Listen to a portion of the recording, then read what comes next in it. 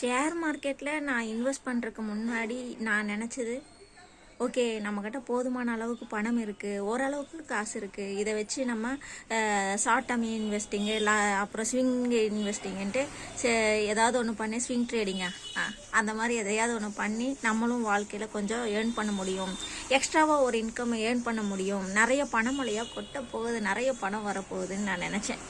ஆனால் இன்வெஸ்ட் பண்ணதுக்கப்புறம் தான் தெரியுது நம்மக்கிட்ட இருக்கிற காசு பத்தாது, இனி நிறைய காசு வேணும், இந்த பணம் பத்தாது. ஷேர் மார்க்கெட்டுக்குள்ளே வரும்போது நம்ம கொஞ்சம் லாபம் கிடச்சா போதும் அப்படிங்கிற ஒரு மைண்ட் செட்டில் வர்றோம்.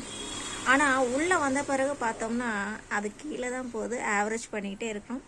அது ப்ராஃபிட்க்கு வர்ற வரைக்கும் நம்ம வெயிட் பண்ணணும். அது லாஸ் கிடையாது, இருந்தாலும் பணம் பத்தாது.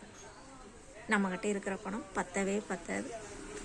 ஸ்டார்டிங்கில் கொஞ்சமாக பணம் இருந்தால் போதும், இன்வெஸ்ட் பண்ணலாம், நிறைய ப்ராஃபிட் பார்க்கலான்னு தோணும். இல்லை F&O பண்ணலாம், இன்ட்ராடே பண்ணலான்னு தோணும்.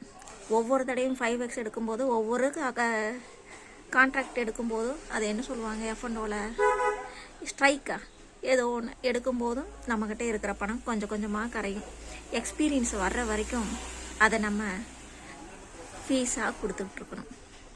அந்த எக்ஸ்பீரியன்ஸ் வந்ததுக்கப்புறம் நம்ம பணம் நமக்கு பல மடங்காக திரும்பி வரும். அந்த நம்பிக்கையில் நான் வெயிட் பண்ணுறேன். ஆனால் நான் ஷார்ட் டேர்ம் இன்வெஸ்டர்.